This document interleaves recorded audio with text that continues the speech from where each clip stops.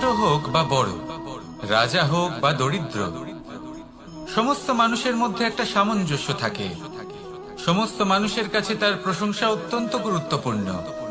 সে খুবই প্রসন্ন হয় যদি আপনি তার প্রশংসা করেন, কিন্তু আপনি যদি তাকে এটা বলেন যে এটা তোমার ভুল ছিল, তোমার কিছু খামতি ছিল, তখন সেটা সে মানতে রাজিই থাকে না। সব মানুষ এটা শুনতে পছন্দ করে যে সে যেটা করেছে সেটাই সর্বোত্তম।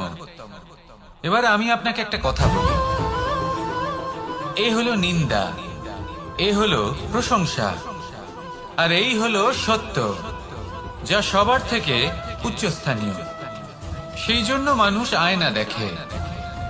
আয়না তাকে তার সৌন্দর্য দেখায় না, তাকে দেখায় যা সত্য, যাতে মানুষ আরো সুন্দর হওয়ার চেষ্টা করতে থাকে। তাই আয়না অত্যন্ত গুরুত্বপূর্ণ সত্যকে জানার জন্য। জীবনে নিন্দুকের মাহাত্ম্য প্রশংসকের মাহাত্ম্যের থেকে অনেক বেশি। কেন?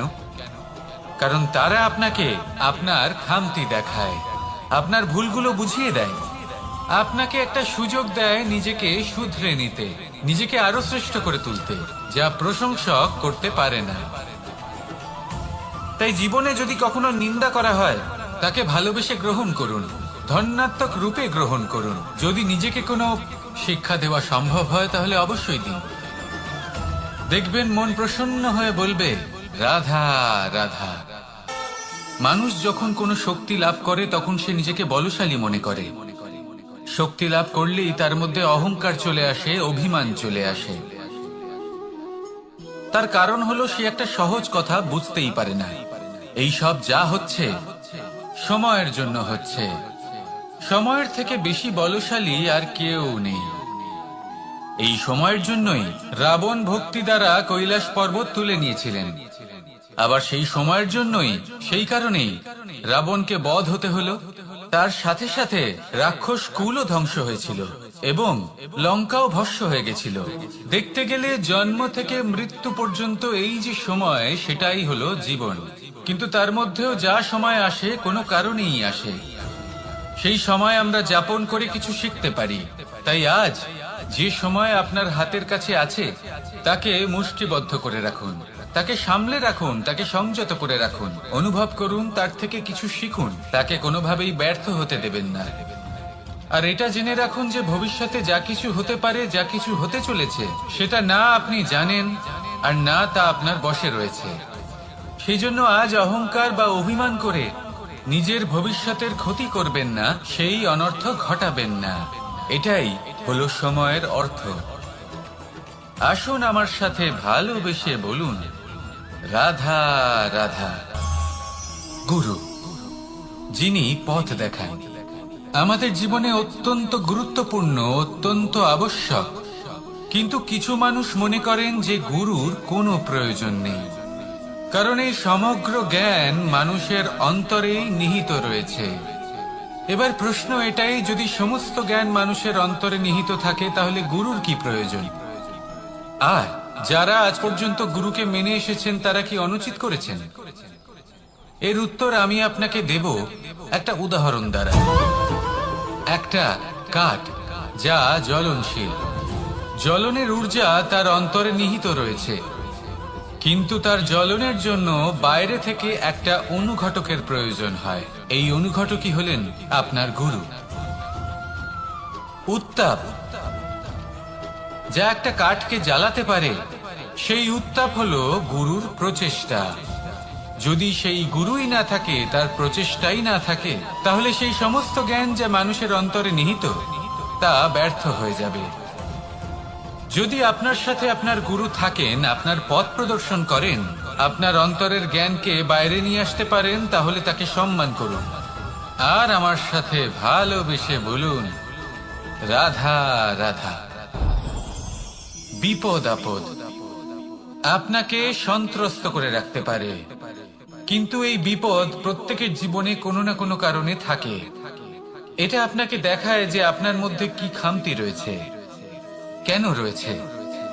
এই বিপদ হলো সেই মাধ্যম যার দ্বারা আপনি নিজের দুর্বলতাকে নিজের শক্তিতে পরিবর্তন করতে পারেন। একটা ফুলের দিকে তাকান। একটা ফুল তার বুকে যখন একটা সূচ বিধে এপার ওপার হয়ে যায়, শুধু তখনই আমাদের প্রভুর জন্য ফুলের মালা তৈরি করা যায়। সেই জন্য কখনোই বিপদকে ভয় পাবেন না, তার থেকে দূরে পালাবেন না, একে স্বাগত জানান। বোঝার চেষ্টা করুন এই বিপদ কেন আছে। যদি বিপদকে বুঝতে পারেন তবেই জীবনকে বুঝতে পারবেন। যদি জীবনকে বুঝতে পারেন তবে এই বিপদকে সম্পদে পরিণত করতে পারবেন। আসুন আর আমার সাথে ভালোবেসে বলুন, রাধা রাধা। পরিকল্পনা অত্যন্ত গুরুত্বপূর্ণ, এটা আমাদের জীবনে অত্যন্ত আবশ্যক, এটা আমাদের জীবনে। কিন্তু এই পরিকল্পনা ঠিক কতটা হওয়া উচিত, অর্থাৎ এই পরিকল্পনার সম্পর্কে কতটা চিন্তা করা উচিত, কতটা ভবিষ্যতের বিষয়ে চিন্তা করা উচিত। এবার দূরদর্শিতা অত্যন্ত বিশিষ্ট গুণ মানব জীবনে, কিন্তু দূরদর্শিতায় এতটাও মগ্ন হওয়া উচিত নয় যে কাছের জিনিসগুলোই নজরে না পড়ে। আজকের কথা বাদ দিয়ে শুধুই ভবিষ্যৎ নিয়ে চিন্তা করা অনুচিত। এবার দেখুন, পরিকল্পনা করুন কিন্তু তার থেকে বেশি উপভোগ করুন। এই মুহূর্ত সম্পর্কে অবগত নয়, কিন্তু ভবিষ্যতের কথা আমরা চিন্তা করতে থাকি। আমি এটা অনুভব করতে চাই, ওইটা অনুভব করতে চাই, ওই আনন্দ প্রাপ্ত করতে চাই। এটা অনুচিত। পরিকল্পনা করুন, সংযত করুন, কিন্তু আজকে, বর্তমানকে, এই মুহূর্তকে। জীবনের বাস্তবিক আনন্দ এটা, আর জীবন যাপনের সব থেকে শ্রেষ্ঠ পথও এটা। আসুন আমার সাথে ভালোবেসে বলুন, রাধা রাধা। কখনো কখনো মনে এই ভাবনা আসতেই পারে যে ঈশ্বর আজ পর্যন্ত এত রূপে অবতীর্ণ হয়েছেন, এতবার এই পৃথিবীতে এসেছেন, তারপরেও এই সংসারে কোথাও না কোথাও এই পাপ বসবাস করে। এটার কারণ কি? এটার কারণ আমরা স্বয়ংই। যখন কোনো ব্যক্তি এই পৃথিবীর পথপ্রদর্শন করে, এই সংসারকে উচিত দিশা দেখায়, এই সংসারের মঙ্গল করে, আমরা সেই ব্যক্তিকে মানুষ থেকে ঈশ্বর বানিয়ে ফেলি। সেই ব্যক্তির পতন স্বয়ং আমাদের হাতেই হয়ে যায়, কারণ সেই ব্যক্তি তার শ্বাস প্রশ্বাসের জন্য হয় না। সেই ব্যক্তি হলো সেই ভাবনা যা সে এই সংসারকে প্রদান করেছে। আমরা সেই ব্যক্তির ভাবনাটারই অন্ত করে দিই। এটা উচিত নয়। আমরা ওনাকে প্রভু মেনে নিই। প্রভু মানার পর আমরা ওনার কাছে প্রার্থনা করি, হে প্রভু আমাদের সাহায্য করুন। যদি উনি প্রভুও হন, তাও উনি পৃথিবীতে এসেছেন মনুষ্য রূপে। যা কর্ম করেছেন, যা শক্তি প্রাপ্ত করেছেন, এই দেহ থেকেই প্রাপ্ত করেছেন। আপনাদের এটা বোঝানোর জন্য যে এই কাজ আপনিও করতে পারেন। যারা সৎ আত্মা থাকেন তাদের জন্য সর্বশ্রেষ্ঠ শ্রদ্ধাঞ্জলি হলো এটাই যে আপনি তাদের পদচিহ্ন অনুসরণ করে চলুন। না ওনাদের স্মরণে থাকুন, না পুষ্পের মালা ওনাদের চরণে রাখুন, বরং তাদের ভাবনাকে অনুসরণ করে সেই ভাবনা নিয়ে এগিয়ে চলুন। এটা না শুধু আপনার জন্য, বরং সমগ্র সংসারের জন্য লাভদায়ক। তাহলে এটাই করুন আর আমার সাথে ভালোবেসে বলুন, রাধা রাধা। যখন কঠোর রোদে আমাদের শরীর উত্তপ্ত হয়ে যায়, আমরা গরম অনুভব করি, তখনই যদি বর্ষা হয় আর বৃষ্টির জলের ফোঁটা আমাদের শরীরে এসে পড়ে, তখন কেমন অনুভূতি হয়? বর্ষার এই জলের ফোঁটা যখন ধরিত্রীতে পড়ে, তখন যে নাদ উৎপন্ন হয়, মনে হয় যেন এক সঙ্গীত। এমন এক সঙ্গীত যা স্থিরতার সাথে আমাদের বুঝিয়ে দেয় যে এই সূর্যের উত্তাপ, এই রোদ, তা চিরকালের জন্য থাকবে না। সূর্যের কিরণের যতই তেজ থাকুক, যখন বর্ষা আসবে এই রোদের কিরণকে শীতল করবে।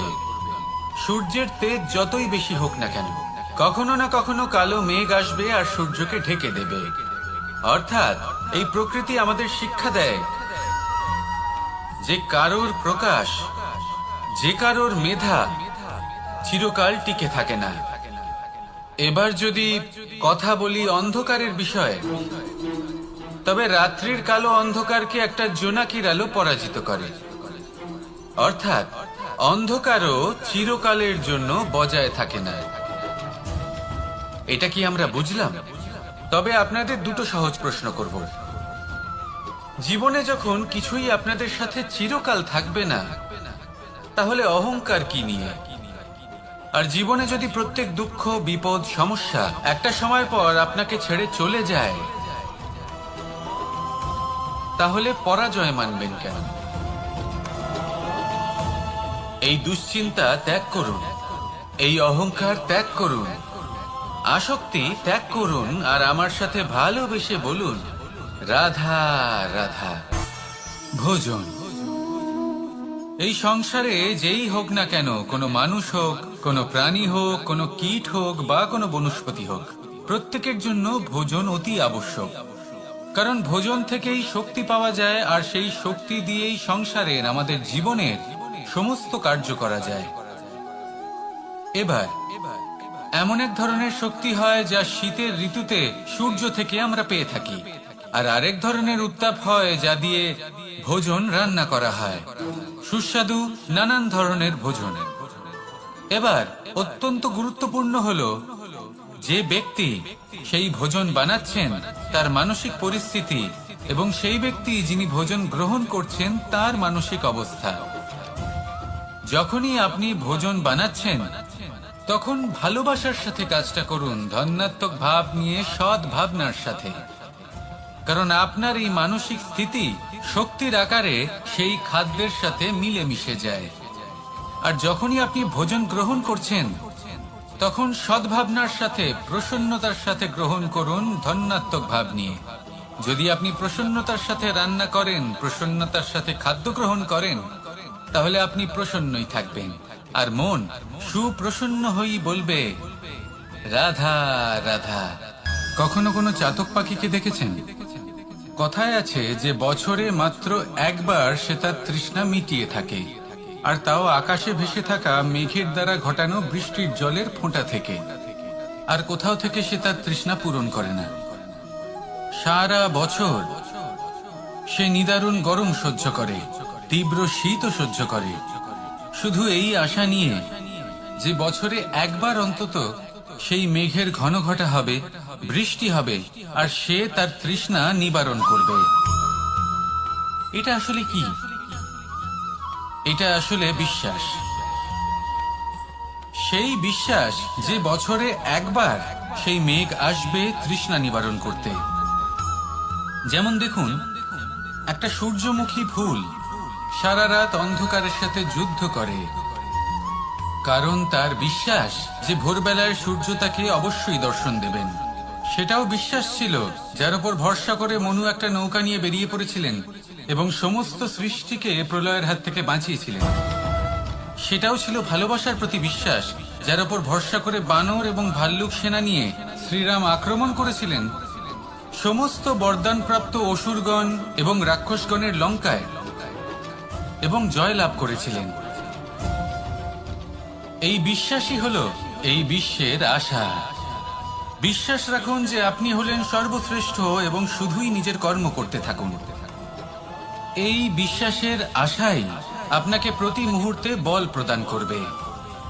এ হলো আমার বিশ্বাস। আসুন আর আমার সাথে ভালোবেসে বলুন, রাধা রাধা। সৌন্দর্য। মানুষ নিজের সৌন্দর্যের বিষয়ে কতটা ভাবে, চায় যে সে সব থেকে বেশি রূপবান হবে, সব থেকে বেশি সুন্দর হবে। কিন্তু সৌন্দর্যের পরিভাষা কি তা কি সে জানে? কোনো মাকে জিজ্ঞেস করুন, ওনার জন্য সৌন্দর্যের পরিভাষা ওনার সন্তান। কোনো ভক্তকে জিজ্ঞেস করুন, ওনার জন্য সৌন্দর্যের পরিভাষা ওনার ভগবান। শ্রীরামকে জিজ্ঞেস করুন, ওনার জন্য সৌন্দর্যের পরিভাষা হলো হনুমান। ভাঙা হানু, ফুলে যাওয়া মুখ, দেখতে গেলে উনি বানর, লম্বা লেজ, এত নিরীহ যে ওনাকে অমূল্য মালা দিলে সেটা ছিঁড়ে তার ভেতরে শ্রীরামকে খুঁজছিলেন। কিন্তু ওনার ভাবনা কত সুন্দর। উনি এটা বিশ্বাস করেন যে সংসারের যতই মূল্যবান জিনিস দিয়ে এই মালা তৈরি করা হোক না কেন, যদি এর মধ্যে শ্রীরাম না থাকেন তাহলে এর মধ্যে কোনো অর্থ নেই। সৌন্দর্য রূপে নয়, ভাবনায় নিহিত থাকে। যদি আপনি সৌন্দর্য প্রাপ্ত করতে চান তাহলে তা কর্মে নিয়ে আসুন, ভাবনায় এবং বিচারে নিয়ে আসুন। এই সৌন্দর্য আপনার সাথেই থাকবে। যদি আপনি সৌন্দর্যকে রূপের মধ্যে খোঁজেন তাহলে কিছুক্ষণের জন্য পাবেন, সেই সৌন্দর্য সময়ের সাথে হারিয়ে যাবে। সৌন্দর্য যদি পেতে চান, খুঁজতেই চান, তাহলে হৃদয় খুঁজুন, কর্মে খুঁজুন। মন প্রসন্ন হয়ে বলবে রাধা রাধা। ব্যায়াম, এই শব্দ আমরা সকলে শুনেছি, আর এটা সারা জীবন আমাদের সাথেই থাকে কোনো না কোনো রূপে। যখন আমরা জন্মগ্রহণ করি, চলতে শিখি, প্রথমে আমরা হামাগুড়ি দিয়ে চলি, পরে চলতে চেষ্টা করি কিন্তু পড়ে যাই। তখন আমাদের বাড়ির গুরুজনেরা আমাদের আটকান না। ওনারা মনে করেন এইভাবেই আমাদের সন্তান চলতে শিখবে, এইভাবেই তার পা আরো মজবুত হবে, যা অত্যন্ত গুরুত্বপূর্ণ। এইবার জীবনকালে যতই আমরা এগোতে থাকি, এই ব্যায়াম বিভিন্ন রূপে আমাদের সাথেই থাকে। কিন্তু আপনি কি জানেন যে এই ব্যায়ামের তাৎপর্য আসলে কি? আপনি কি জানেন এই ব্যায়ামের মর্ম আসলে কি? যখনই আমরা এই ব্যায়াম করি, আমাদের শরীরের মাংসপেশি ক্ষয় হয়। প্রথমে তা ক্ষয় হয়, তারপর আবার তা নির্মিত হয়। আরো শ্রেষ্ঠ, আরো শক্তিশালী মাংসপেশি আমরা লাভ করি। অর্থাৎ এই ব্যায়াম হলো সৃজনের বিজ্ঞান। এই ব্যায়াম আমাদের জন্য অত্যন্ত আবশ্যক। সেই জন্য জীবনে যখনই কোনো কিছু নষ্ট হয়ে যায়, চলে যায়, তখন হতাশ হয়ে পড়বেন না, তাকে পুনর্নির্মাণ করার চেষ্টা করবেন। আর এই শিক্ষা আমরা লাভ করি পাখিদের থেকে। যখনই বর্ষা হয়, ঝড় আসে, যখন পাখির বাসা ভেঙে চুরমার হয়ে যায়, তারা হার মেনে নেয় না। সে আবার অল্প অল্প করে সব খুঁজে একত্রিত করে আবার নিজের বাসা বানিয়ে তোলে, পুনরায় এক জীবনকে জন্ম দেয়, এক নতুন পরিবারকে জন্ম দেয়। তাই মনে রাখবেন, জীবনে এইভাবেই যদি আপনি নির্মাণ করতে চান, সৃজন করতে চান, তাহলে সেই নির্মাণের জন্য ভাঙনের অভিজ্ঞতা থাকা অত্যন্ত আবশ্যক। ভগ্ন বস্তুকেও সম্মান করা অত্যন্ত আবশ্যক। এই আচরণ মনে নিয়ে আসুন, মন প্রসন্ন হয়ে বলবে রাধা রাধা। আমাদের এই জীবন, তাতে এই যে সময় চক্র, তা তিনটি ভাগে বিভক্ত। এক হলো অতীতকাল, ফেলে আসা অতীত, তারপরে আসে বর্তমান, এখনকার এই মুহূর্ত, আর তারপর আসে আগামীকাল অর্থাৎ ভবিষ্যৎ। এবার এখানে সবথেকে গুরুত্বপূর্ণ হলো অতীতকাল, ভবিষ্যৎকাল, ফেলে আসা অতীত এবং আগামী সময়। কেন? কারণ এই দুইয়ের উপর নির্ভর করছে যে আপনি বর্তমানে কি করতে চলেছেন। শুধু প্রয়োজন হলো সঠিক দৃষ্টিভঙ্গির। অতীতকালকে যদি আপনি একটি দৃষ্টিভঙ্গি থেকে দেখেন, তাহলে অতীতকালে আপনি দুঃখও দেখতে পাবেন, যন্ত্রণাও দেখতে পাবেন। অন্য কোনো দৃষ্টিভঙ্গি থেকে দেখলে আপনি অতীতকাল থেকে শিক্ষাও লাভ করবেন। এবার এই শিক্ষা অনুসারেই বর্তমানে কর্ম করা উচিত। এবং যদি ভবিষ্যতের কথা বলি, তাহলে বলবো ভবিষ্যতের কথা ভেবে আপনি আজ অবশ্যই চিন্তিত হতে পারেন। অন্য একটি দৃষ্টিভঙ্গি থেকে দেখলে এই ভবিষ্যতেই আপনি একটি লক্ষ্য, একটি উদ্দেশ্য দেখতে পাবেন, যে আপনি কি করতে চান, কি লাভ করতে চান।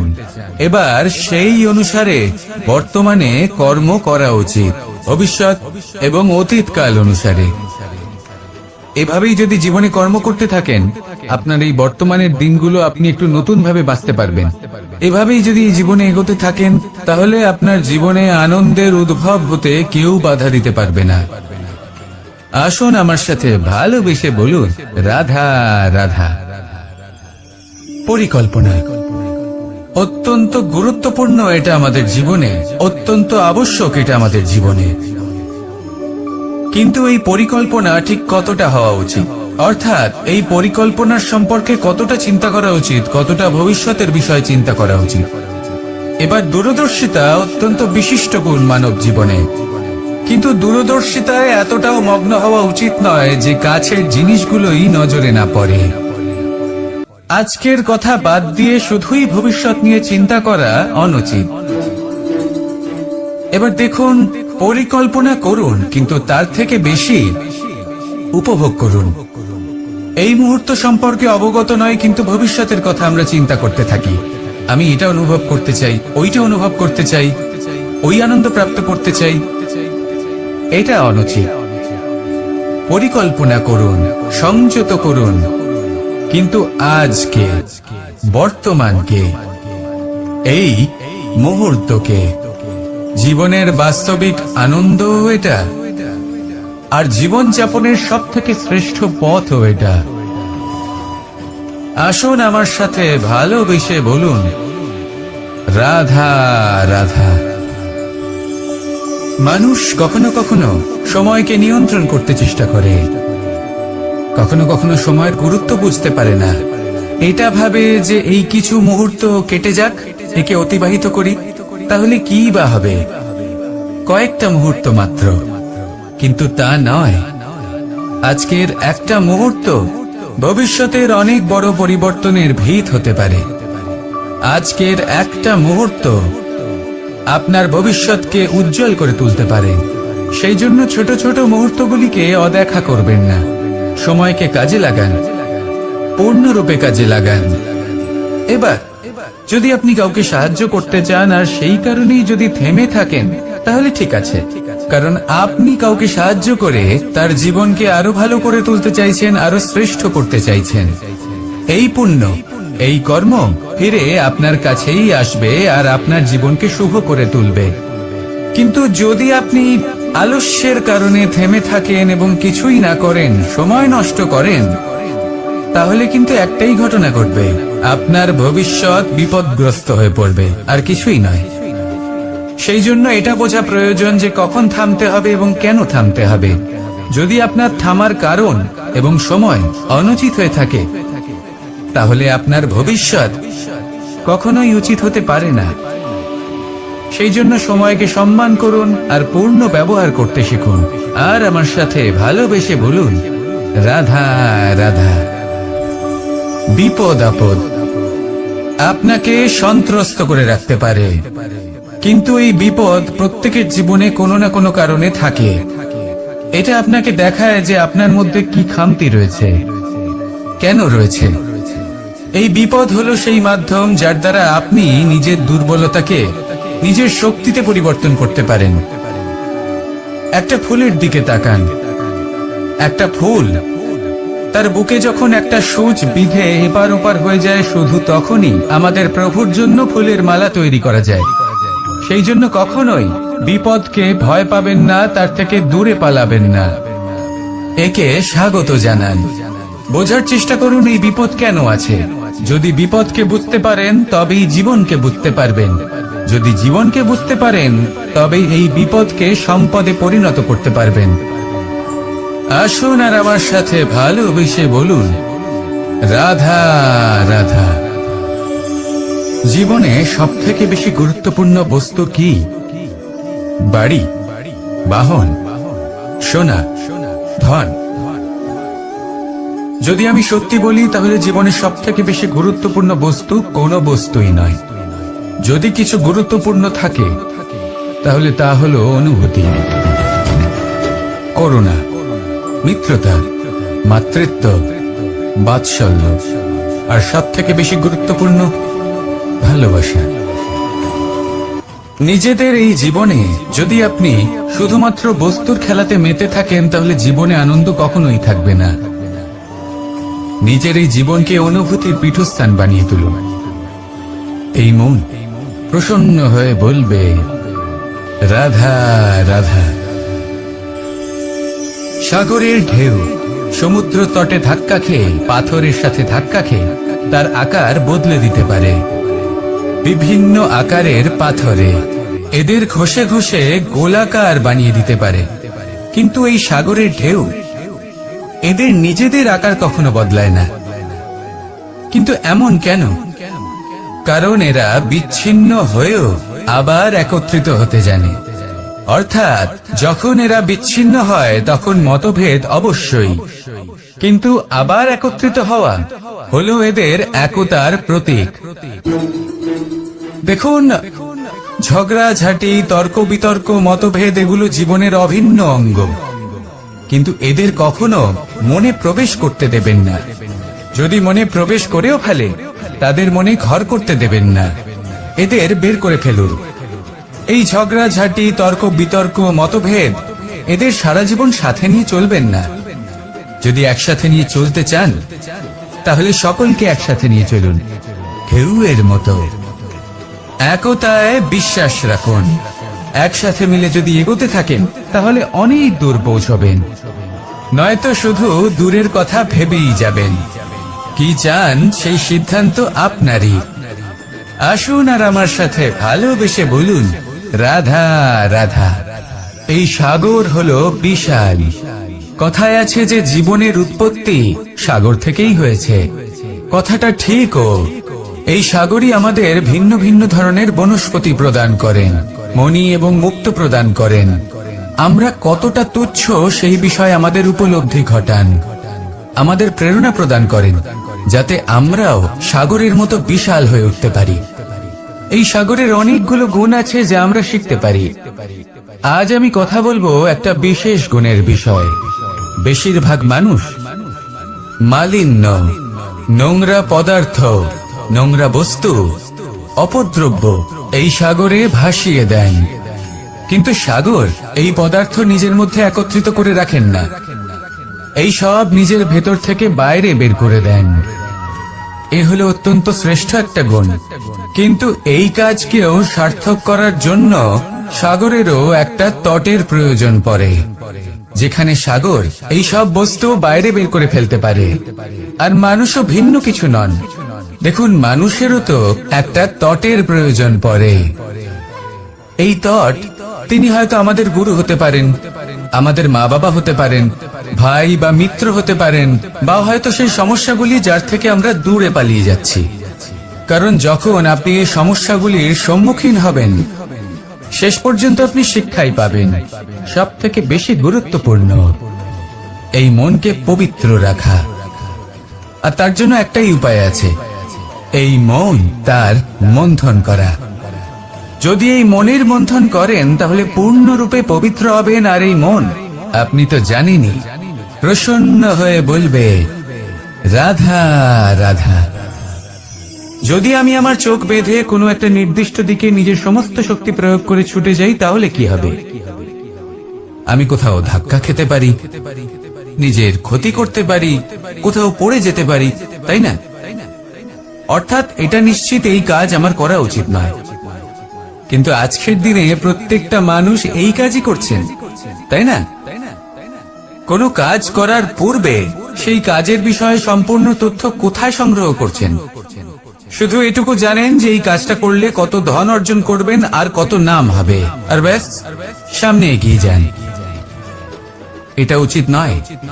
পূর্ণরূপে যে কোনো কাজ করার আগেই সেই কাজের বিশ্লেষণ করে নেওয়া উচিত, তা বুঝে নেওয়া উচিত, এবং সেই বিষয়ে অবশ্যই খেয়াল রাখা উচিত যে আপনার শরীর এবং আপনার মন এই কাজ করার জন্য কি প্রস্তুত রয়েছে। যদি তা না হয়, তাহলে প্রথমে নিজেকে শুধরে নিন, তারপরে সেই কাজ করুন। যদি এইভাবে জীবনে সামনে এগোন, তাহলে সাফল্যের সম্ভাবনা জীবনে অনেক বেশি বেড়ে যাবে। তাহলে এটাই করুন, আর আমার সাথে ভালোবেসে বলুন, রাধা রাধা। আমরা জীবনে চলতে চাই, সামনে এগোতে চাই, কিন্তু কখনো কখনো এমন হয় যে আমরা আমাদের লক্ষ্য দেখতেই পাই না। আমরা চিন্তিত হয়ে পড়ি, ব্যতীত হয়ে পড়ি, আমরা কিছু বুঝতেই পারি না। এই মন অশান্ত হয়ে যায়। কিন্তু যদি আপনি থেমে যান, তাহলে নিজের পথ এবং নিজের লক্ষ্য থেকে সরে যাবেন। সেই জন্য চলতে থাকুন, থামবেন না। যতদূর পারবেন চলতে থাকুন, যতদূর দৃষ্টি যাচ্ছে চলতে থাকুন। তারপরেই দেখবেন পরবর্তী পথ আপনা থেকেই আপনার সামনে আসবে। কারণ আপনার দৃষ্টির সীমা থাকতেই পারে, দৃষ্টিভঙ্গির সীমা নেই। আপনার পথের সীমারেখা থাকতেই পারে, কিন্তু সেই পথে চলার সাহসের সীমা নেই। সেই জন্য নিজেকে অসীমিত করে তুলুন। এই সীমারেখা আপনা থেকেই দূর হয়ে যাবে, লক্ষ্য নিজে থেকেই দেখতে পাবেন, আর এই মন সুপ্রসন্ন হয়ে বলবে, রাধা রাধা। সম্পর্ক হলো আমাদের জীবনের একটি আধার। কিছু সম্পর্ক এমন যা আমরা জন্মসূত্রে লাভ করি, যেমন পরিবার, মা, বাবা। কিছু সম্পর্ক আছে যা আমরা জীবনে অর্জন করে থাকি, তা সে প্রেমের হোক, স্নেহের হোক বা বন্ধুত্বের। এই সকল সম্পর্ক লাভ করার বা গড়ে তোলার 5টি ধাপ রয়েছে। প্রথম ধাপ, কোনো ব্যক্তির সাথে আলাপ হওয়া, তার সাথে কথা বলা বা তাকে দেখা। দ্বিতীয় ধাপ, সে ব্যক্তিকে আমাদের ভালো লাগা। তৃতীয় ধাপ, আমাদের এটা চাইতে শুরু করা যে জীবনে এই ব্যক্তি যেন আমাদের বন্ধু হন, আমাদের জীবনে থাকেন, বা আমাদের কাউকে ভালোবেসে ফেলা আর এটা আমাদের ভাবা বা চাওয়া যে সেই ব্যক্তি যেন আজীবন আমার সাথে থাকেন, আমার জীবনে আমার সাথী হয়ে। চতুর্থ ধাপ, লাভ করা। এবার এই ধাপটি অনেক মানুষের পক্ষেই খুবই সরল হয়, বড়ই সরলভাবে নিজেদের সঙ্গীকে লাভ করে থাকেন। কিছু মানুষের জন্য এই ধাপ অত্যন্ত কঠিন হয়ে থাকে। অনেক প্রতিকূল পরিস্থিতির ওপর জয়লাভ করে তারা সঙ্গীকে লাভ করেন, কিন্তু লাভ অবশ্যই করেন। এরপরে আসে পঞ্চম, অন্তিম এবং সব থেকে গুরুত্বপূর্ণ ধাপ। সেটা হলো সেই সম্পর্ক পালন করা। এটা হলো এমন এক বিষয় যা প্রত্যেক মানুষের শেখা উচিত। যদি ব্যক্তি নিজের জীবনে সম্পর্ক রক্ষা করতে শিখে যান, তবে প্রত্যেক সম্পর্ক তার জীবনকে স্বর্গ করে তুলবে। আসুন আর আমার সাথে ভালোবেসে বলুন, রাধা রাধা। রাধা কখনো কখনো আমার জন্য বড়ই সুগন্ধি আতর নিয়ে আসে, পারিজাত ফুলের মালা নিয়ে আসে আমার প্রসাধন করবে বলে, এবং আমার সব থেকে বেশি প্রিয় মাখন নিজে হাতে বানিয়ে আনে আমাকে নিজে হাতে খাইয়ে দেবে বলে, সবকিছু আমাকে প্রসন্ন করবে বলে। কিন্তু আপনি কখনো ভেবেছেন যে এই আতর কিভাবে বানানো হয়? সহস্র ফুলের পাপড়ি একসাথে পিষে নিতে হয়, তারপরে তার থেকে যে রস নিঃসৃত হয় সেই রস দ্বারাই আতর তৈরি হয়। অনেক সংখ্যক ফুলকে অসীম যন্ত্রণা ভোগ করতে হয়, তবে তারা আমার প্রসাধন সামগ্রী হয়ে উঠতে পারে। দুধ থেকে মাখন তৈরি করার জন্য কতটা পরিমাণ মন্থন সহ্য করতে হয় সেটা আপনি জানেন। ঠিক সেই রকমই হলো আমাদের জীবন। বিপদও আসে, কঠিন পরিস্থিতিও আসে, এর সম্মুখীন হতে শিখুন। মনে রাখবেন, আপনি হলেন সেই দুধ যাকে মন্থন সহ্য করতে হবে মাখন হয়ে ওঠার জন্য। মনে রাখবেন, আপনি হলেন সেই ফুলের মতন যাদের পিষ্ট হতে হবে সুগন্ধি আতর হয়ে ওঠার জন্য, যাকে এই সংসার পছন্দ করে। কখনো কখনো জীবনে আপনার সাথে খারাপ শুধুমাত্র এই কারণে ঘটে যাতে আপনার শ্রেষ্ঠ রূপ এই সংসারের সামনে আসতে পারে। শুধুমাত্র কঠিন পরিস্থিতি এবং বিপদকে একটা সুযোগ হিসেবে দেখার চেষ্টা করুন। আপনার জন্য এই সংসার বদলে যাবে, সংসারকে দেখার দৃষ্টিভঙ্গি পাল্টে যাবে, আপনার ভাগ্য পাল্টে যাবে, আর এই মন প্রসন্ন হয়ে বলবে, রাধা রাধা। কি অমূল্য, কি সুন্দর এই রত্ন। এবার ভেবে দেখুন, যদি আমি এই রত্নকে ব্যবহার করি আখরোট ভাঙার জন্য, তাহলে কি হবে? বা ভেবে দেখুন, এই রত্ন নিয়ে আমি যদি বন্ধুদের সাথে খেলা করতে শুরু করে দিই, তাহলে কি হবে? আপনি তো হাসবেন আমার ওপর। আপনি বলবেন, এত অমূল্য একটা রত্ন, এর দ্বারা কত দুঃখ দূর করা সম্ভব। এই মূল্যবান রত্নের আমি অপব্যবহার করছি। একদম ঠিক বলেছেন, আমি মেনে নিচ্ছি। মূল্যবান বস্তুর অপব্যবহার করা অনুচিত, কিন্তু আপনিও তো তাই করছেন, তাই না? ভেবে দেখুন, মানুষ এই সংসারের সর্বশ্রেষ্ঠ প্রাণী, আর মানুষের এই শরীর সব থেকে মূল্যবান রত্ন। এবার এর সাথে আপনি কি করছেন?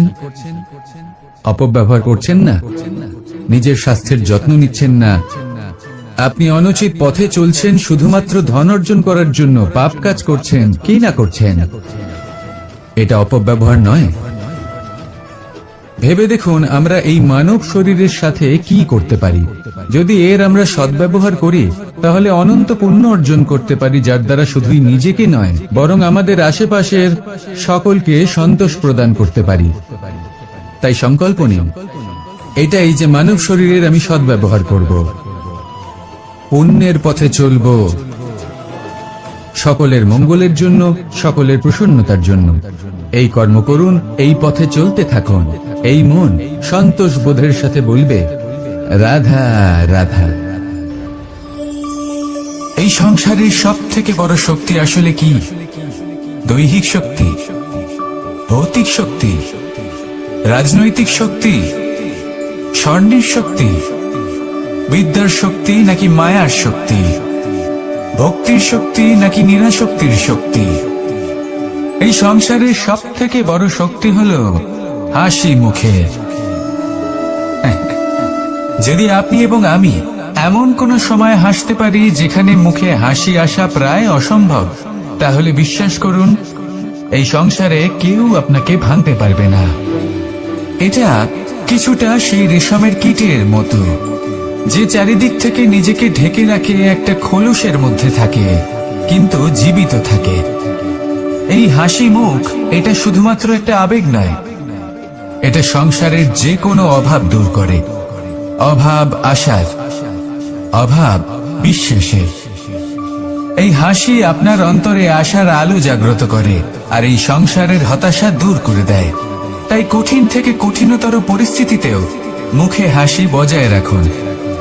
এই শক্তি আপনার থেকে কেউ কাটতে পারবে না। আর যদি আপনার কাছে এই শক্তি থাকে তাহলে অন্য কোনো শক্তি আপনাকে বাধা দিতে পারবে না। তাহলে হাসুন আর আমার সাথে ভালোবেসে বলুন রাধা রাধা। ভীষ্ম একটা মহান নাম, দেবী গঙ্গার সুপুত্র। স্বয়ং বৃহস্পতি এবং পরশুরাম ছিলেন ওনার শিক্ষাগুরু।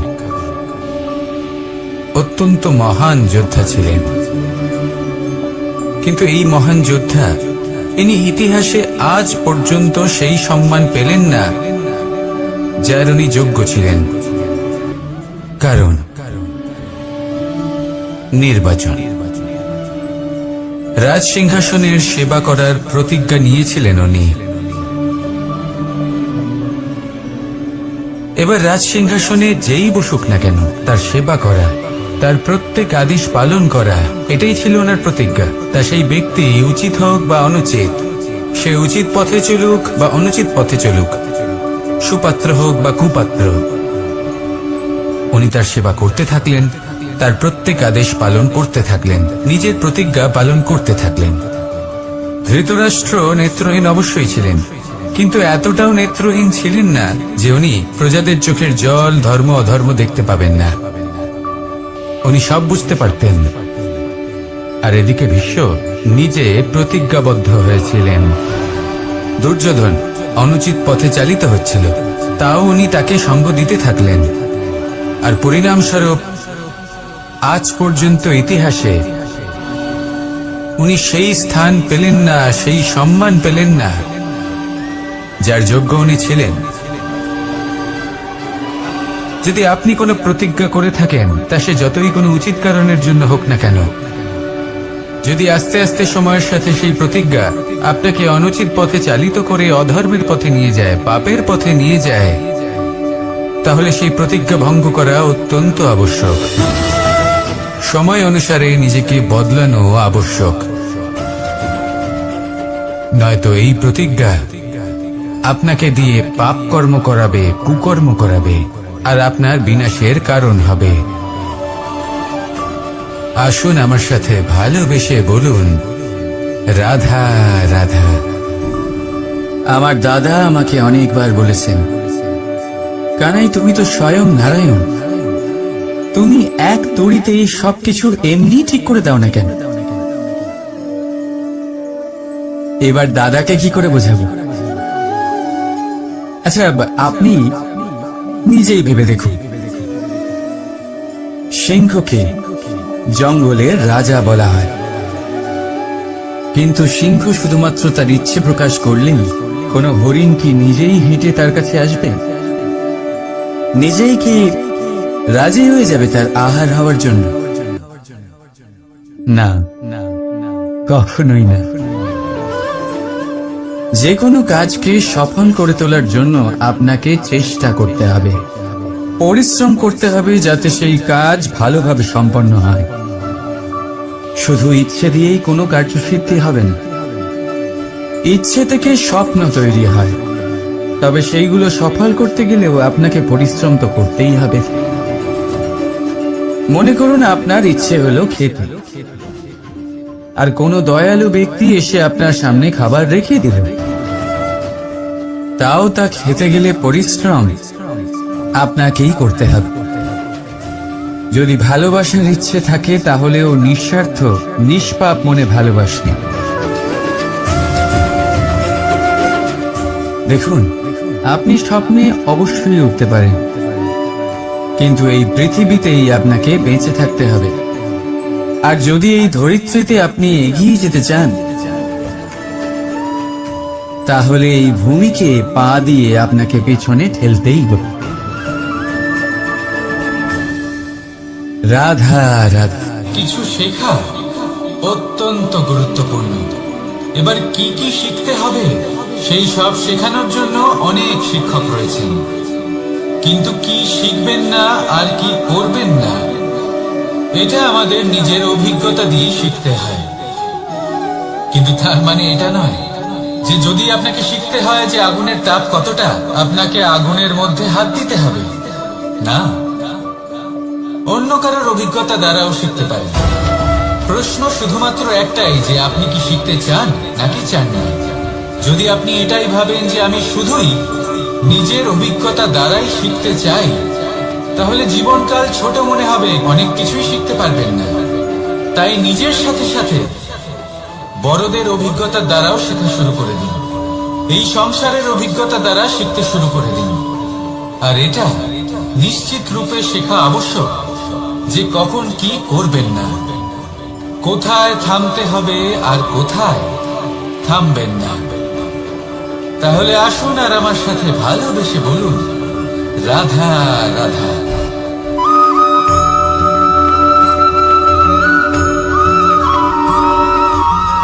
এই সংসারে সব থেকে বেশি কোমল বস্তু হলো রেশম। এই রেশম এতটাই কোমল হয় যে এর পুরো একটা থান শুধুমাত্র একটা হাতে ধরা সম্ভব।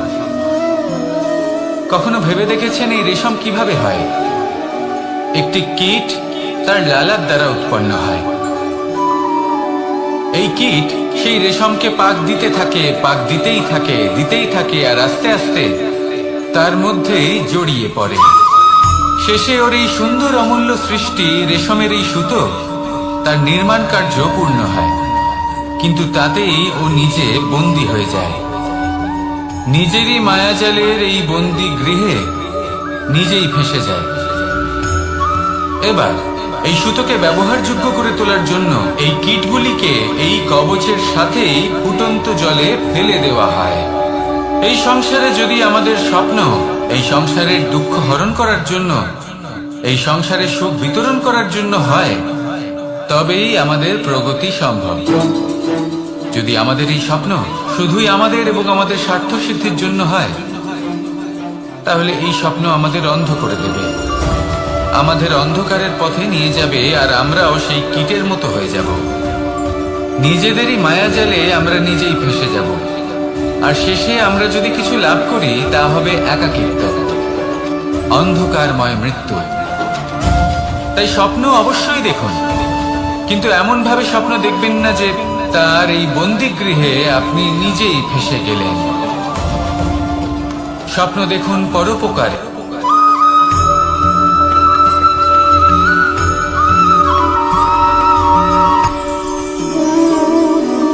শক্তি এক অত্যন্ত বিচিত্র বস্তু, বা বলতে পারেন অনুভূতি।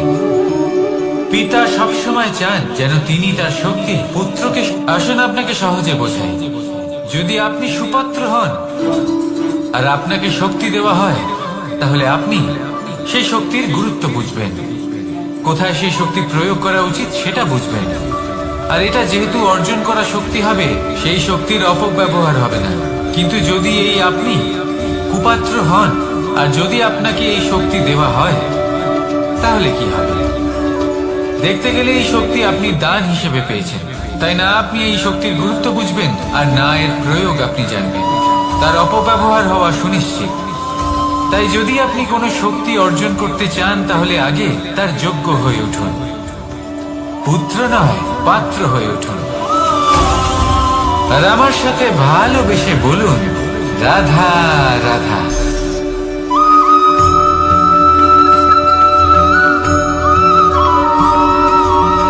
এই সংসারে প্রত্যেক মানুষ এটাই চান যে তিনি যেন ধনবান হন, আর্থিক অবস্থা তার ভালো থাকে, ওনার বাড়িতে লক্ষ্মীর আগমন হয়। কিন্তু সেটা হবে কি করে, সেটাই হলো প্রশ্ন। কেউ বলেন যে যদি পরিশ্রম করো তাহলে ধন অর্জন সম্ভব, কেউ বলেন যে যদি বিদ্যা লাভ হয় তবেই ধন অর্জন সম্ভব, কেউ বলেন যে যদি বলশালী হও তবেই সম্পন্ন থাকবে। ভালো কথা, যদি তাই হয়ে থাকে, তবে দিনমজুর সারা দিন পরিশ্রম করেন, তিনি কেন ধনী হন না? অনেকজন বিদ্বান মানুষ আছেন এই সংসারে, তারা কেন ধনবান হন না? অনেক সংখ্যক বলশালী ব্যক্তি আছেন, তাদের কাছে ধন নেই কেন? তাদের কেন ধনের অভাব হয়? আবার এমনও কিছু মানুষ আছেন যারা পরিশ্রম করেন, তারা দিনমজুর, কিন্তু তারা ধন অর্জন করতে পারেন। কিছু বিদ্বান ব্যক্তি আছেন যাদের কাছে অধিক মাত্রায় ধন রয়েছে। কয়েকজন বলশালী ব্যক্তি রয়েছেন যাদের কাছে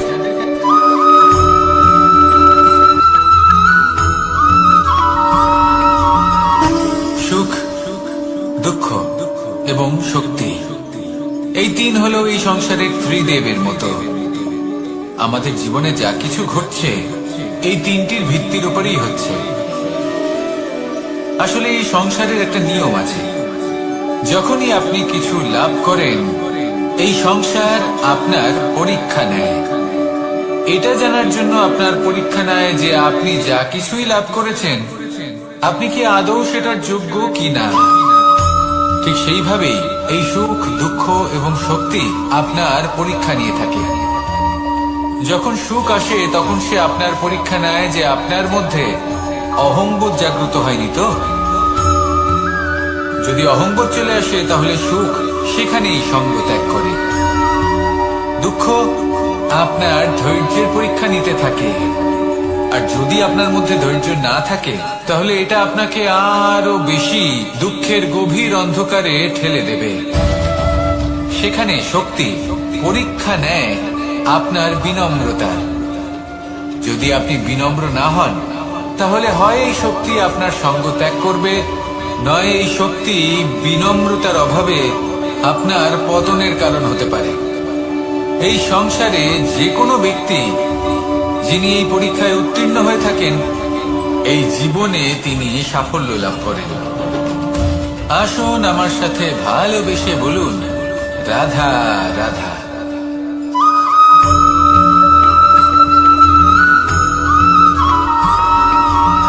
পঞ্চতত্ত্বের মধ্যে দ্বিতীয় তত্ত্ব হল ধরণী, ভূমি, যাকে আমরা ধরণী মাতা বলি। এই ধরণী ধৈর্য ধারণ করে, আর এর উপরেই আমাদের সমগ্র সংসার নির্ভরশীল। কারণ এই ভূমি সহ্য ক্ষমতা রাখে, এর সহ্য ক্ষমতা হলো অপরিসীম। সন্তান যতই আঘাত প্রদান করুক না কেন প্রেম পূর্বক সহ্য করে, আর তার বদলে অমূল্য রত্ন প্রদান করে। সন্তান যদি হাল চালায় তাহলে তার বদলে তাকে অন্ন প্রদান করে। এটাই হলো ধরণী। এবার এর থেকে আমরা কি শিক্ষা পেতে পারি? এটাই যে কারোর জন্য কিছু করা বা কাউকে কিছু দেওয়া মনে কোনো কামনা ছাড়াই। আর এই কথাটা বুঝে যান, যদি কারোর জন্য কামনা না রেখে বা কোনো পাওয়ার আশা না রেখে কারোর জন্য কিছু করেন বা কারোকে কিছু দেন, যদি এটা আপনি শিখতে পারেন তবে আপনি ভালোবাসতে শিখে গেছেন। আর সেই জন্যই এই ধরিত্রীকে মাতা বলা হয়। কারণ মাতা শুধু উনি নন যিনি গর্ভে সন্তানকে ধারণ করেন, মাতা তো উনিও যিনি জীবন বাঁচতে শেখান, যিনি জীবন বাঁচার উদাহরণ প্রদান করেন। তাহলে ধরনীর থেকে এই নিঃস্বার্থ ভাব শিখুন, নিঃস্বার্থ ভালোবাসা শিখুন, আর এই ভালোবাসার সাথেই বলুন রাধা রাধা।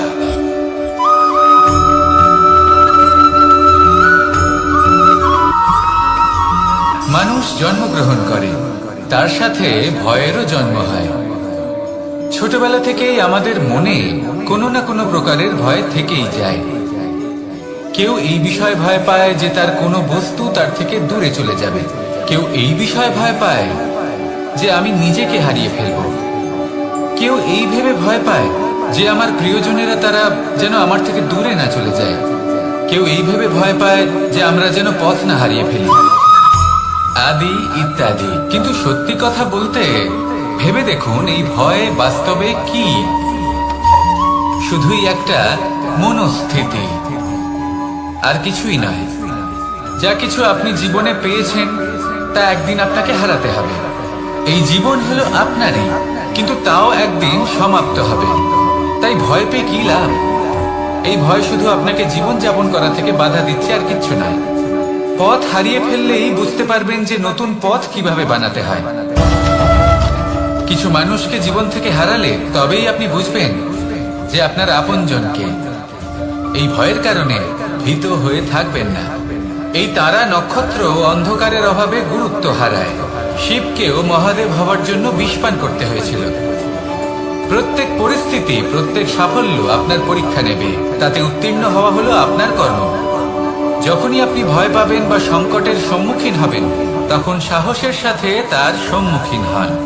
মনে রাখবেন, যে সম্মুখীন হতে জানে সাফল্য তার সাথে সবসময় থাকে। আসুন আর আমার সাথে ভালোবেসে বলুন রাধা রাধা।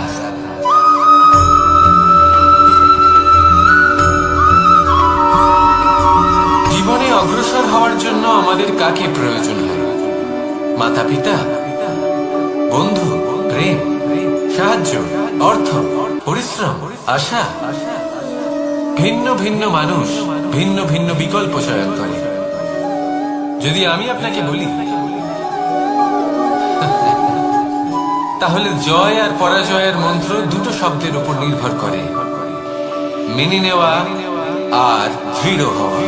যদি মেনে নেন তাহলে হেরে যাবেন, যদি দৃঢ় হন তাহলে নিশ্চিত রূপে জয়ী হবেন। যদি কখনো আপনি ক্লান্ত হয়ে ওঠেন, আপনি দুঃখী হন, পুরোপুরি ভেঙে পড়েছেন, তখন মেনে নেবেন না যে আপনি ভেঙে পড়েছেন, নয়তো হেরে যাবেন। তখন উল্টে স্থির করবেন যে যাই হয়ে যাক না কেন, আমি জয়ী হব। আর আপনি দেখবেন যে জয় নিশ্চিত রূপে আপনার কাছেই আসবে।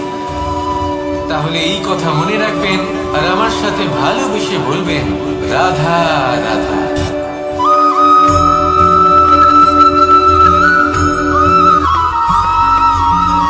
এই সংসারে কোনো বস্তু হোক বা ব্যক্তি হোক, তার একার গুরুত্ব কিন্তু খুব বেশি নয়। একটা উদাহরণ হিসেবে বৃষ্টির ফোঁটাকে ভেবে দেখুন। যদি একটি বৃষ্টির ফোঁটা হয় তাহলে তার খুব বেশি গুরুত্ব থাকে না, কিন্তু যখন সহস্র বৃষ্টির ফোঁটা মেঘের মধ্যে দিয়ে ঝরে পড়ে, তখন সেটা বর্ষার রূপ ধারণ করে। সেই বর্ষা যা এই প্রকৃতিকে শান্ত করে। সেইভাবেই পাথরের ছোট টুকরো, তার খুব বেশি গুরুত্ব থাকে না, কিন্তু যখন অসংখ্য পাথরের টুকরো একত্রিত হয় তখন তা পর্বতের আকার ধারণ করে। সেইভাবেই কিছু মানুষ যখন একত্রিত হন তখন তৈরি হয় পরিবার, কিছু পরিবার যখন একত্রিত হয় তখন তৈরি হয় সমাজ, যখন অনেক সংখ্যক সমাজ একত্রিত হয় তখন তৈরি হয় রাজ্য। এবার এই রাজ্যের সব থেকে গুরুত্বপূর্ণ ব্যক্তি হতে পারেন রাজা, কিন্তু তাও সেই রাজা একা কিছু করতে পারেন না। যুদ্ধ লড়ার সময় তারও নিজের সৈন্যদলকে প্রয়োজন পড়ে। কিন্তু এই সংসারে এমন একজন ব্যক্তি আছেন যিনি একাই সব কাজ করতে থাকেন, এবং সেই ব্যক্তি হলেন মা। আমাদের জীবনে একজন পিতার ভূমিকা কিন্তু নিঃসন্দেহে অমূল্য, কিন্তু আমাদের সকলের জীবনে যে ভূমিকা একজন মায়ের তা অন্য কারোর থাকে না। একজন মা একাই সন্তানকে বড় করতে পারেন, সংস্কারী করে তুলতে পারেন, তার জন্য পরিশ্রম করেন। আর এত কিছু কাজ করার পরেও তার কাজের জন্য তিনি প্রশংসা অবশ্য পান না। উল্টে যদি সেই সন্তান অনুচিত পথে চালিত হয়, অনুচিত কর্ম করে, তখন সেই মাকেই অপবাদের পাত্র হয়ে উঠতে হয়।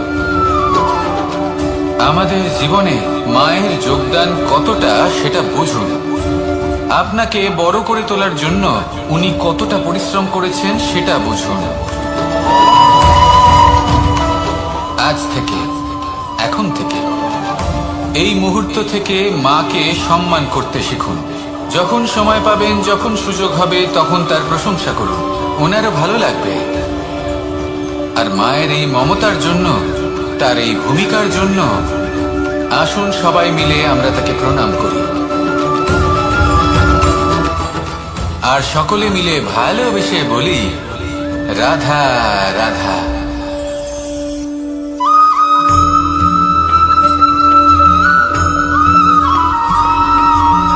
এই সংসারের সব থেকে গুরুত্বপূর্ণ তত্ত্ব কোনটা? প্রথম হলো সময়। জন্ম থেকে মৃত্যু পর্যন্ত এই যে সময়, এটাই তো হলো জীবন। দ্বিতীয় হলো জীবন, যাতে আমরা সময়ের সদ্ব্যবহার করি, শ্রেষ্ঠ থেকে শ্রেষ্ঠতর কাজ করার চেষ্টা করি।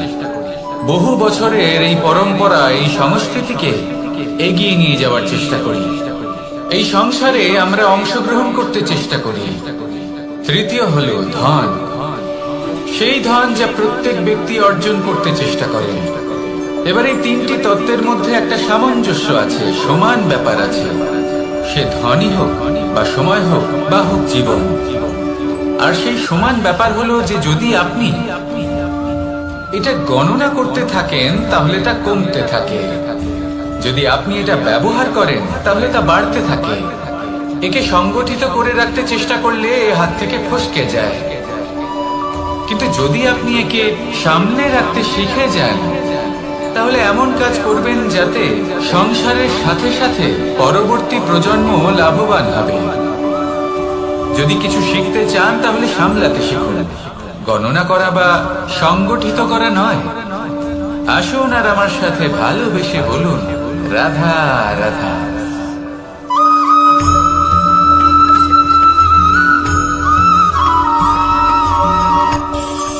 এই সংসারে আমরা প্রকাশ কোথা থেকে পাই? এর উত্তর বড়ই সরল। ভোরে যখন সূর্যোদয় হয় তখন প্রকাশের কিরণ আমাদের ঘরে এসে পৌঁছয়। এইভাবেই আমরা প্রকাশ লাভ করি। এবার এই প্রকাশের আলোতেই আমরা সারাদিনের কাজ সম্পন্ন করি। সন্ধে হয়ে যায়, সূর্যাস্ত হয়ে যায়। আর আমাদের ঘর যাতে অন্ধকার না হয় তার জন্য আমরা একটা প্রদীপ প্রজ্বলিত করি। এটাই ঘটে আমাদের জীবনেও। এবার প্রবাহমান আয়ুর সাথে আমরা আমাদের অন্তরে যদি একটা প্রদীপ প্রজ্বলিত করে নিই, তাহলে বিষয়টাই অন্যরকম হবে। এবার আপনি বলবেন, কোন প্রকাশের কথা বলছি যা আমাদের অন্তরে জাগ্রত করা সম্ভব? আমাদের আত্মার মাঝে প্রেমের প্রকাশ জাগ্রত করার কথা বলছি। কারণ আমাদের এই জীবন, এও হলো দিনের আলোর মতো। আজ প্রকাশ আছে, কিন্তু কোনোদিন অবশ্যই অস্ত হবে। কিন্তু অস্ত হবার আগে যদি আমরা আমাদের আত্মার মাঝে প্রেমের এই প্রকাশ উজ্জ্বলিত করে নিই, তাহলে আমাদের সন্ধ্যাকালও আমরা আনন্দে এবং প্রেমে যাপন করব। তাহলে আসুন আর আমার সাথে ভালোবেসে বলুন, রাধা রাধা।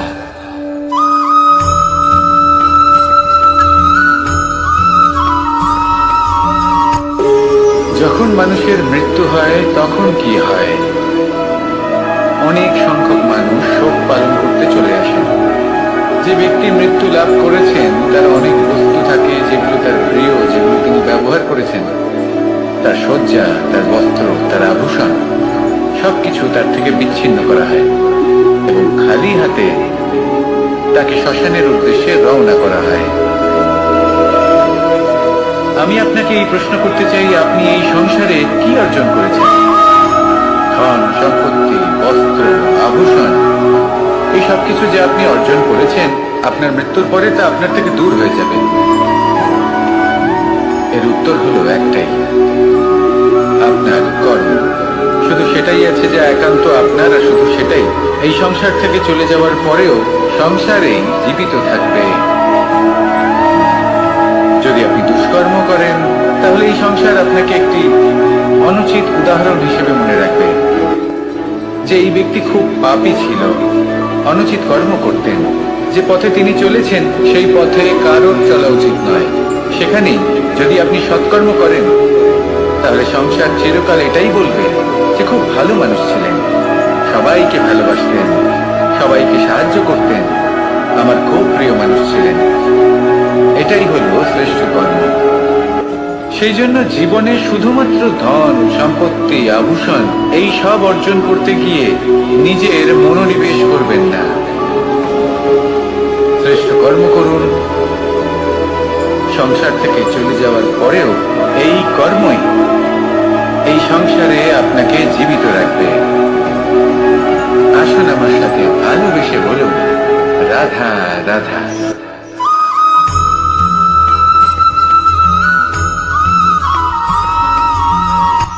এই সংসারে সাফল্য লাভ করার জন্য জ্ঞানের প্রয়োজন হয়, পরিশ্রমের প্রয়োজন হয়, দৃঢ় নিষ্ঠার প্রয়োজন হয়, নিরন্তর চেষ্টা করা প্রয়োজনীয়। কিন্তু আরো কিছু আছে যা অত্যন্ত প্রয়োজনীয় এবং গুরুত্বপূর্ণ। তা হলো ভালো বন্ধু। তাদের থাকা অত্যন্ত প্রয়োজনীয়। যদি ভালো বন্ধু থাকে তাহলে সময় এলে তারা ঢাল হয়ে আপনাকে সুরক্ষা করবেন। সময় এলে অস্ত্রের মতো শত্রুকে সংহারও করবেন। যদি তিনি জ্ঞানী হন, তাদের মধ্যে সদ্গুণ থাকে, তাহলে এই সব গুণ আপনার মধ্যেও প্রবেশ করবে। তাহলে সাফল্যের জন্য ভালো বন্ধু পাওয়া অত্যন্ত প্রয়োজনীয়। কিন্তু শুধু বন্ধু কেন, ভালো শত্রুও থাকা প্রয়োজনীয়। এবার আপনি ভাবেন আমি কি বললাম? যদি আপনার জীবনেও ভালো অর্থাৎ শক্তিশালী শত্রু থাকে তাহলে আপনিও শক্তিশালী হতে থাকবেন। এই শত্রু আপনাকে প্রেরিত করবে আরো বেশি শক্তিশালী হয়ে ওঠার। কখনো কোনো হরিণকে দেখুন, তীব্র গতিতে দৌড়তে থাকে। কেন তীব্র গতিতে দৌড়য়? এই কারণে নয় যে কোথাও তার জন্য মধুর ঘাস অপেক্ষা করে রয়েছে, না। সে এই কারণে তীব্র গতিতে দৌড়য় কারণ সেটা না করলে তার পেছনে একটি সিংহ আছে যে ওকে নিজের ভোজন করে ফেলবে। তাই জীবনে বিপদ, সংকট এই সবকিছুও হলো অত্যন্ত গুরুত্বপূর্ণ। তার সম্মুখীন হতে শিখুন আর আমার সাথে ভালোবেসে বলুন, রাধা রাধা।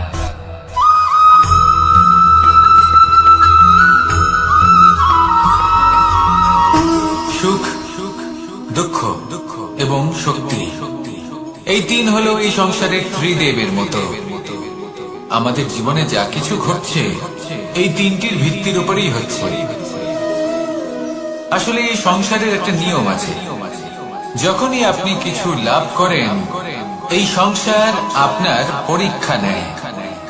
এটা জানার জন্য আপনার পরীক্ষা নেয় যে আপনি যা কিছুই লাভ করেছেন আপনি কি আদৌ সেটার যোগ্য কিনা। ঠিক সেইভাবেই এই সুখ, দুঃখ এবং শক্তি আপনার পরীক্ষা নিয়ে থাকে। যখন সুখ আসে তখন সে আপনার পরীক্ষা নেয় যে আপনার মধ্যে অহংবোধ জাগ্রত হয়নি তো। যদি অহংবোধ চলে আসে তাহলে সুখ সেখানেই সঙ্গ ত্যাগ করে। দুঃখ আপনার ধৈর্যের পরীক্ষা নিতে থাকে, আর যদি আপনার মধ্যে ধৈর্য না থাকে তাহলে এটা আপনাকে আরো বেশি দুঃখের গভীর অন্ধকারে ঠেলে দেবে। সেখানে শক্তি পরীক্ষা নেয় আপনার বিনম্রতার। যদি আপনি বিনম্র না হন তাহলে হয় এই শক্তি আপনার সঙ্গ ত্যাগ করবে, নয় এই শক্তি বিনম্রতার অভাবে আপনার পতনের কারণ হতে পারে। এই সংসারে যে কোনো ব্যক্তি যিনি এই পরীক্ষায় উত্তীর্ণ হয়ে থাকেন, এই জীবনে তিনি সাফল্য লাভ করেন। আসুন আমার সাথে ভালোবেসে বলুন, রাধা রাধা।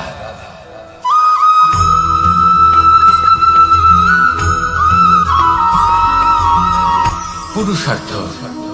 শাস্ত্রে 4 ধরনের পুরুষার্থের কথা বলা হয়েছে। প্রথম হলো ধর্ম। আপনি কি জানেন এই ধর্ম আসলে কি? আপনার কি মনে হয় ধর্ম আসলে কি? কোন বিশেষ ঈশ্বরকে মানাই কি ধর্ম বলা হয়? নাকি কোনো বিশেষ রীতি পালন করাই হলো ধর্ম, নাকি কোনো বিশেষ সাহিত্যকে সর্বশ্রেষ্ঠ মনে করাই হলো ধর্ম? না, ধর্ম হলো সেটা যাকে ধারণ করা যেতে পারে, আর ধারণ শুধু সেটাই করা যায় যা পবিত্র।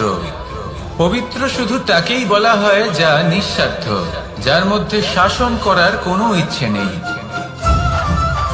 যা সরলভাবেই প্রবাহমান, জল এবং বায়ুর মতো। যখন কোনো ব্যক্তি ধর্মকে ধারণ করেন এবং সেই ধর্ম সেই ব্যক্তিকে রক্ষা করে, তখন তাকে ধর্ম বলা হয়। ধর্ম যা রক্ষা করে অহংকার থেকে, খারাপ চিন্তার হাত থেকে। সেই জন্য পুরুষার্থ গড়ে তোলার আগে, ধর্ম পালন করার আগে ধর্মের প্রকৃত অর্থ কি সেটা বুঝে নিন।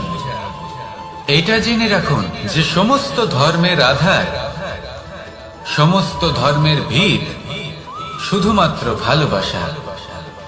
আসুন আর এই ভালোবাসার সাথেই বলুন, রাধা রাধা।